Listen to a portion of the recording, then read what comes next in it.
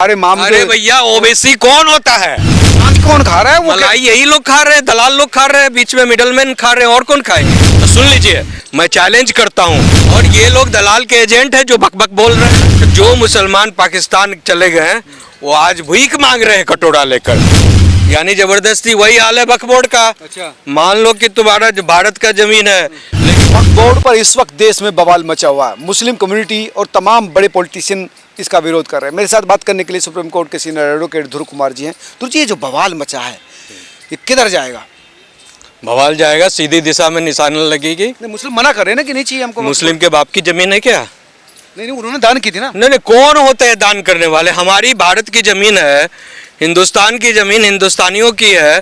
तो कोई आदमी बाहर से आया, मुगल से, कजाकिस्तान से, अरब से, यहाँ आकर हमारी ज़मीन को छीन लिया।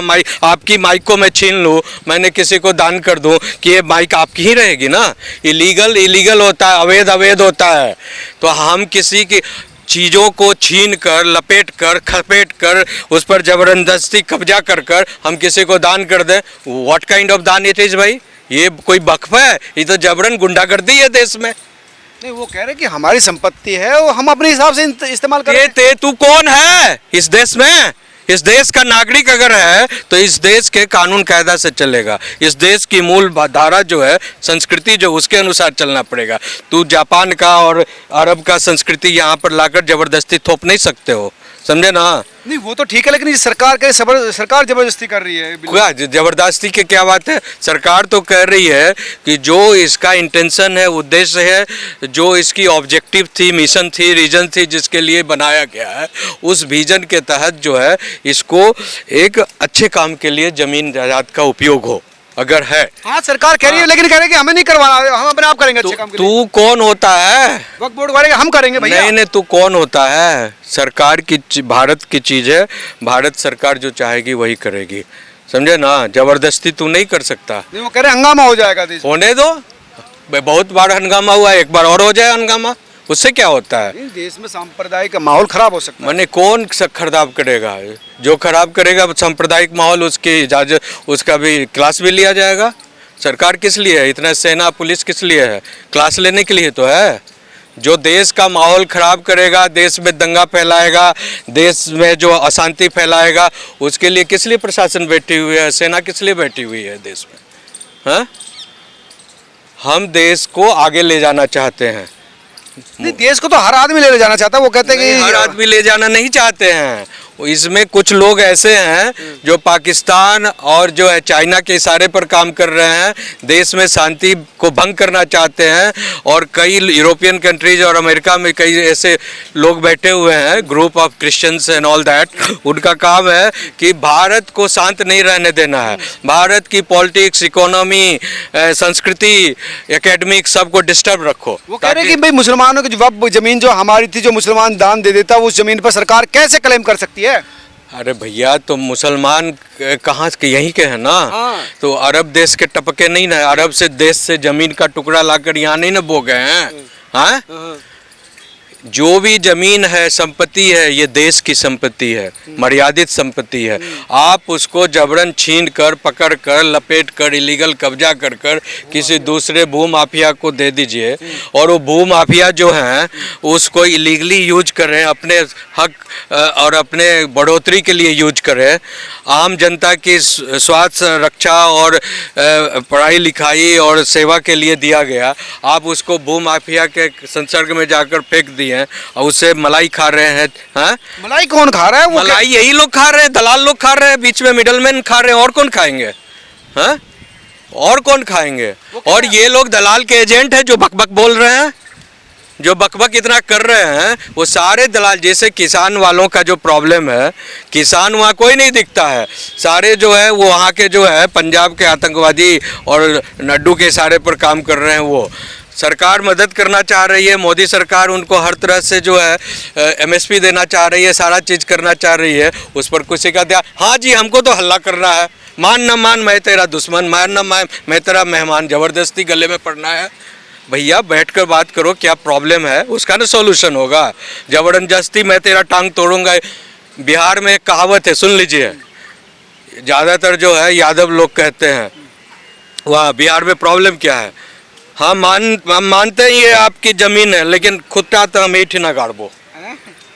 खूंटा ही गाड़ो। हाँ, अच्छा, मतलब वो कह रहा है मुंह से कि मैं जानता हूँ तुम्हारा जमीन है, लेकिन मेरा खुट्टा तो यही गड़ेगा जी। अच्छा, यानी जबरदस्ती वही हाल है वक्फ बोर्ड का। अच्छा। मान लो कि तुम्हारा जो भारत का जमीन है, लेकिन हम जो चाहेंगे वही होगा जी। तो गुंडागर्दी है इस देश में।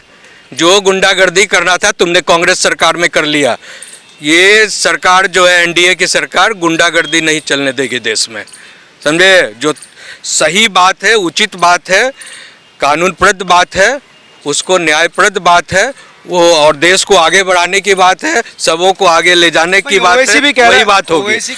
ओवैसी कह रहा है कि हम अपने हमारे मामले। अरे भैया, ओबीसी कौन होता है? अरे सांसद है भैया वो। उससे क्या होता है? सांसद तो कल मैं भी सांसद बन जाऊंगा, मैं भी सांसद का लड़ा हूं, उससे क्या होता है? तो वो कानून तो सांसद ही बनाते हैं ना।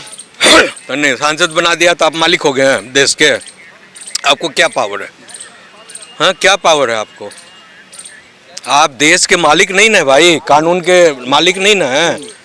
हाँ, देश के वो कह रहे हैं कि हमारे जो धार्मिक इशूज हैं उसमें इशू के क्या आप नहीं, मोदी सरकार तो टांग अड़ाएगी, और हर वो काम में टांग अड़ाएगी जहां गलती देश के में हुआ है। जहां गलतियां हुई है उसको सुधारने के लिए ही मोदी सरकार आई है, और सुधार कर जाएगी। ये पाकिस्तान नहीं है, बांग्लादेश नहीं है, ये हिंदुस्तान है, हिंदुओं का स्थान है। ये सबका स्थान है। फिर वो या तो हिंदू से ही तो सब जो है जबरन नोच खसोट कर बने हैं ना, चाहे वो मुस्लिम हो कि क्रिश्चियन हो कि ये भी उनका मामला है। कैसे बने, कैसे बन भाई हमारे देश में जबरन घुस जाओगे, हमारी चीज को लूटपाट कर कर किसी को दान दे दोगे, तो हमारी भी पास पावर आएगा, तो हम भी तो अपने बाल बच्चों के, हमारे पूर्वजों की चीज पावर का मिसयूज करेंगे आप। How is it misusing? This is using the law. We are not misusing. We are using the law. इनके लिए आप लोग बना रहे हैं कि we don't want this type of. You are misinterpreting. Don't misinterpret it. Use and misuse में बहुत फर्क है भाई साहब।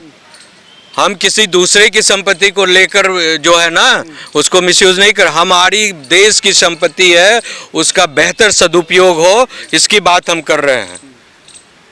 चाहे वो किसी भी खेमे का जमीन हो, जायदाद हो सकती हो, समझे?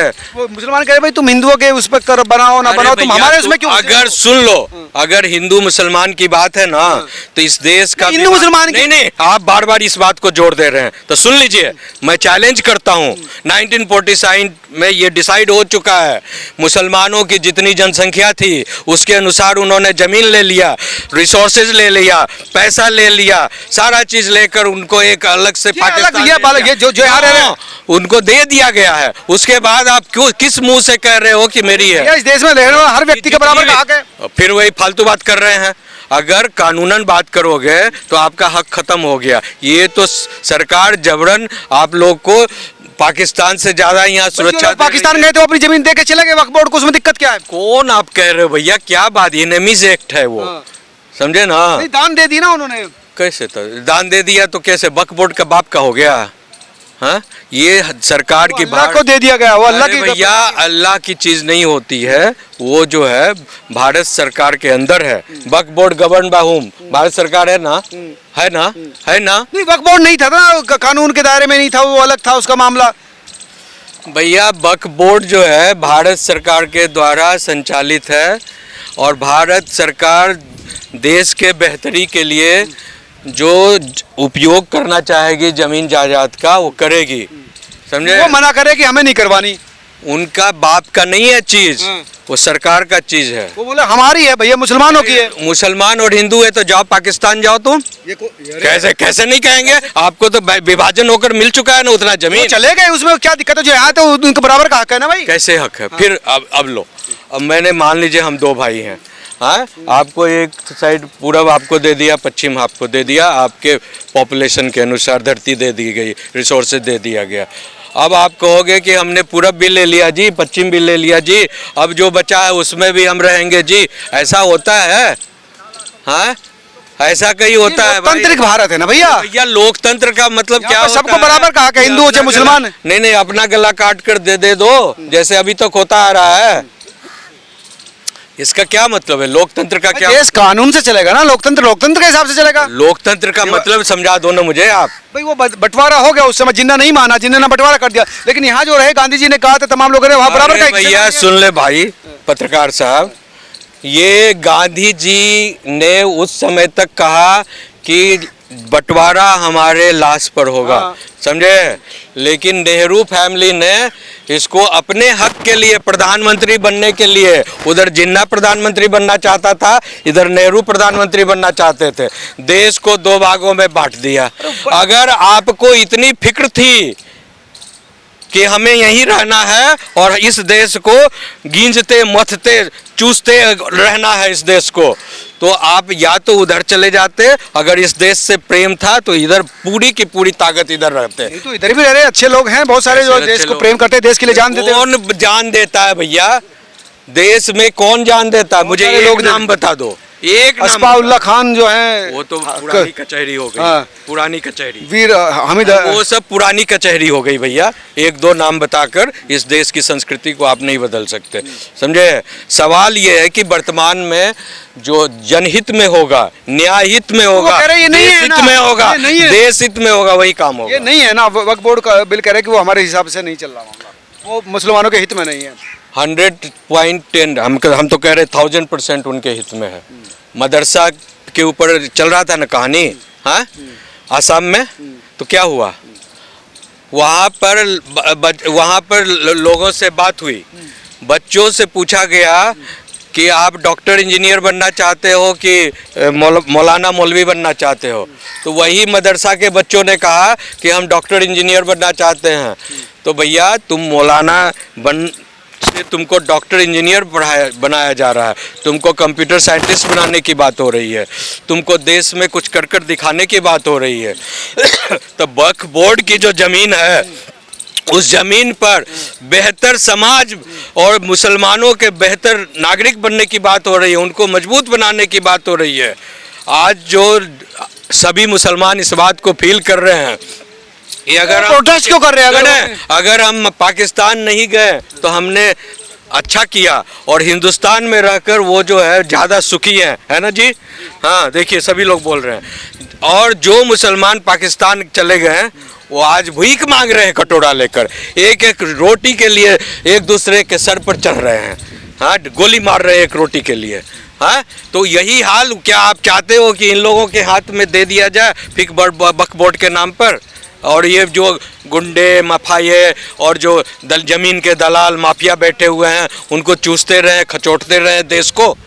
नहीं, ऐसा नहीं होगा। वक्फ बोर्ड जो है रिपील एक्ट आ चुका है और ये इम्प्लीमेंट होगा, और जो गलत ज़मीनें हैं, जो मिसयूज हो रहा है ज़मीन का, मतलब कानून के विरुद्ध नहीं है, बिल्कुल नहीं है। 100% ये इम्प्लीमेंट होना चाहिए। तो पहले बोल दिए, हाँ, देश में रहना है तो देश के कानून कर चलना होगा, और जहाँ जहाँ गलतियाँ हुई है उसको सुधारना पड़ेगा और सुधरेगा। इसलिए मोदी सरकार इम्प्लीमेंट होना चाहिए इनकी कानून। धन्यवाद वकील साहब। ये थे ध्रुव कुमार जी जो कह रहे हैं कि कानून सही है, मुसलमानों के हित में है, मुसलमानों के अपलिफ्टमेंट के लिए है। आप तमाम लोग क्या सोचते हैं जरूर कमेंट करके बताएं। नमस्कार। अगर वीडियो अच्छी लगी हो तो शेयर जरूर करें। चैनल पर पहली बार आए तो चैनल को सब्सक्राइब भी करें। अगर एक्सक्लूसिव चीज़ चाहते हैं चैनल के मेंबर भी बने। धन्यवाद।